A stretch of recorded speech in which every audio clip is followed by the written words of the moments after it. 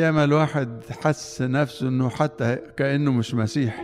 تصرفنا بجهل كثير، وساعات العالم غشنا كتير، مجد العالم، الكذب اللي في العالم، إغراءات، شهوات. ناس كتير وقعوا في فخ النت والأفلام والكلام القبيح والصور الخليعة. الأول يقول ايه، أتفرج في ايه، حب استطلاع، أشوف، وبعدين يشوف ويشوف ويشوف، وبعدين تلاقيه واقع كأنه عبد، كأنه مدمن، كأنه فاقد الإرادة، كأنه وصل لمنتهى الضعف، ويقول لا ده أنا زمان كنت كويس.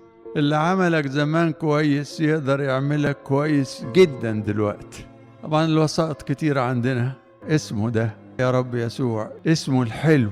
لما العقل يعني يروح ناحيته ويدرك حبه ويكرر الاسم الإلهي ده، تبص تلاقي ده عامل زي الكلور اللي بيمشي في المية ينقيها، ترجع النفس إلى نقاوتها الأولى.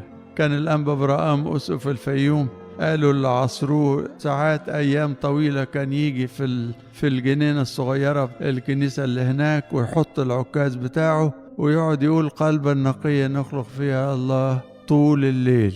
آية طول الليل، ايه ده؟ مهما صدت الحكاية تتجلي، جراش حاجة. قال طوبى لأنقياء القلب يعينون الله. ما بنشوفش ليه؟ بتشوفش زي المراية محطوط عليها تراب كتير بس، لكن يقول المراية موجودة، موجودة. طب لما التراب عليها شايف حاجة؟ يقول مش قادر، مفيش.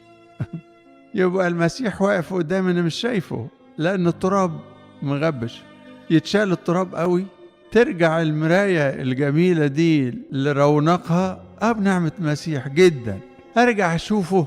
أيوة، ما تقبلش أفكار غريبة، اقبل الأفكار من الإنجيل اللي قال من يقبل إلي لا أخرجه خارجا، اللي وعد إن خطاة الأرض، أخطى خطاة الأرض، لو جه للمسيح ما يقولوش لا.